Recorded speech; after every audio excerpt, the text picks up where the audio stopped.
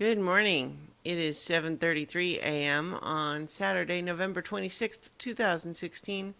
I'm Christiana Ellis and I just got up. This is 5 more minutes. I feel like I could have slept longer today. I woke up to take Luna out and I often will just go back to bed.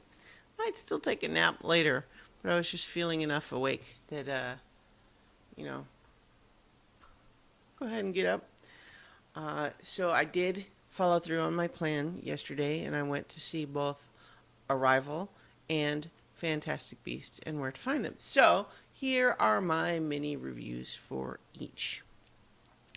I saw Arrival first and loved it. It is something that I feel like it's too rare for my tastes, but it is a smart, thoughtful, but still very human and emotional science fiction story that's got a lot of grounding in realism, but still telling a fantastical story, and great performances, good writing.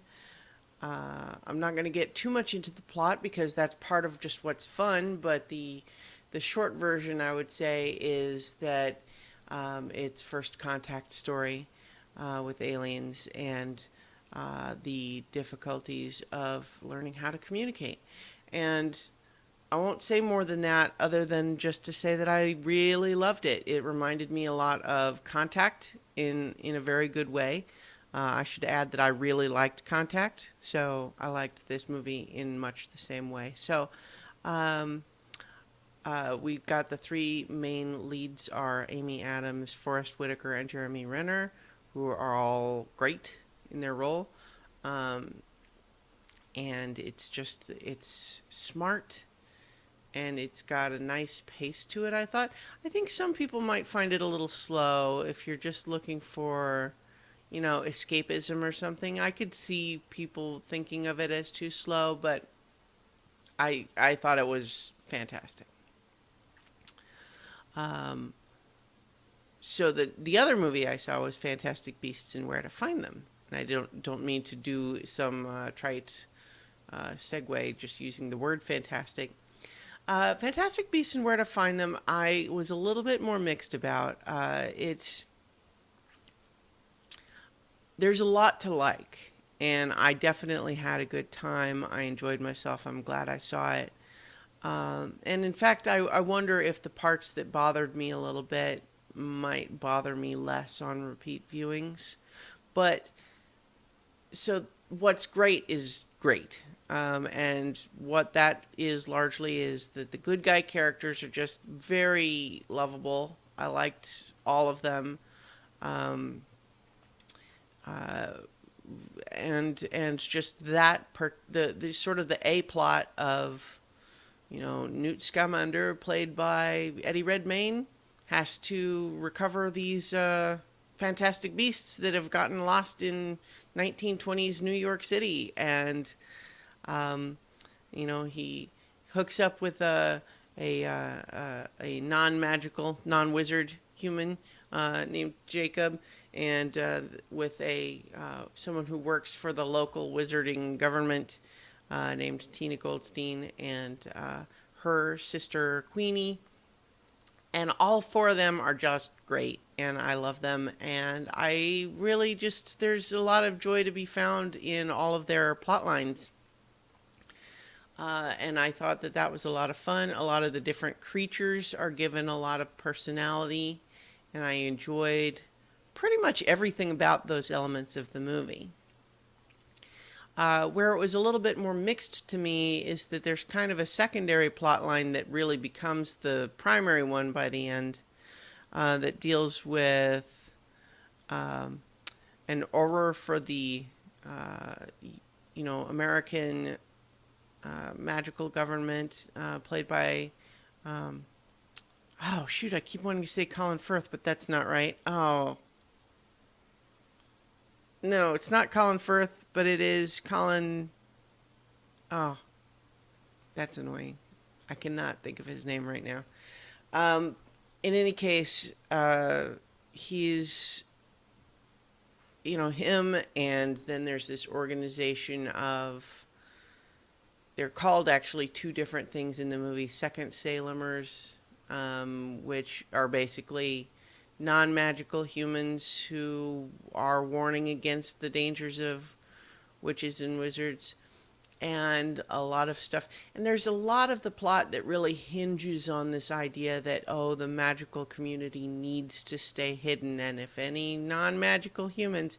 And first, okay, just as a total tangent, the American substitute for muggle as a word to describe people, humans that don't do magic, is, quote, no mage, as in no magic. And I hated that word.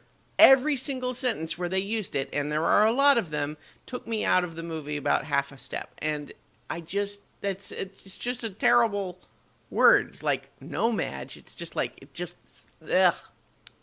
I don't like that word enough that it really hurt my feeling about the movie. I don't want to overstate that, but just as something that is going to decrease immersion, it was pretty significant for me, personally. Maybe it won't bother the rest of you guys. But really, no mage? Ugh, it's just ugly to say. Blah. Anyway, where was I? Oh, okay. So this whole plot line is, I think part of the problem for me in that whole plot line is just that I feel like I have zero emotional investment in making sure that the magic community stays hidden. Like, I guess I get that the whole point is that it's supposed to be good for the non-magical humans to not know about wizards, because then they would be scared and want to fight, and then there'd be a war, I guess. But I just don't care. The movie doesn't give me any reason to care. And in fact, mostly all the outcome of that is having to do a lot of things to non-magical humans against their will and stealing their memories and stuff like that, all in the interest of keeping this secret, which doesn't feel like it's worth it to me. And so, like, I guess I get it instinctually or intellectually. I understand what they're trying to say about it, but they don't sell it in a satisfying way to me. And so all of the plot stuff that revolves around that just feels unearned to me. Likewise, the stuff about these Second Salemites, and so there's a lot of stuff that happens associated with that just feels a little bit like watching an episode of a TV show from like 2/3 through the season, where you haven't been watching all along, and there's just a lot of shorthand that you assume that, like, oh, people who watch this probably understand who that guy is and why he's acting like that and what he wants, but I don't.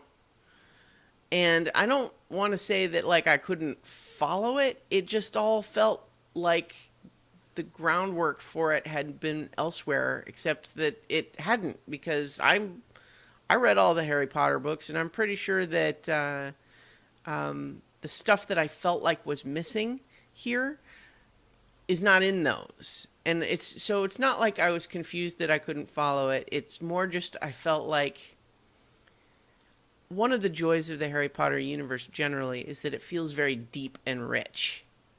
You know, it feels like you could turn around any corner and find some cool new detail about it. Whereas about half of the plot of this movie felt like a facade by comparison. And maybe it's not. Maybe that's the stuff that maybe if I watched it again, or got some more context or something, I'd start realizing, oh, okay, I guess they did support that. But, on first viewing, I didn't feel like that. But in sort of the compliment sandwich structure of a review, let me rejoin, though, how much I did love all the stuff with our heroes and their attempt to protect and recapture these fantastic beasts, so to speak. And then even the plot lines about keeping the wizarding world a secret, the stuff that directly impacted our main characters, I felt like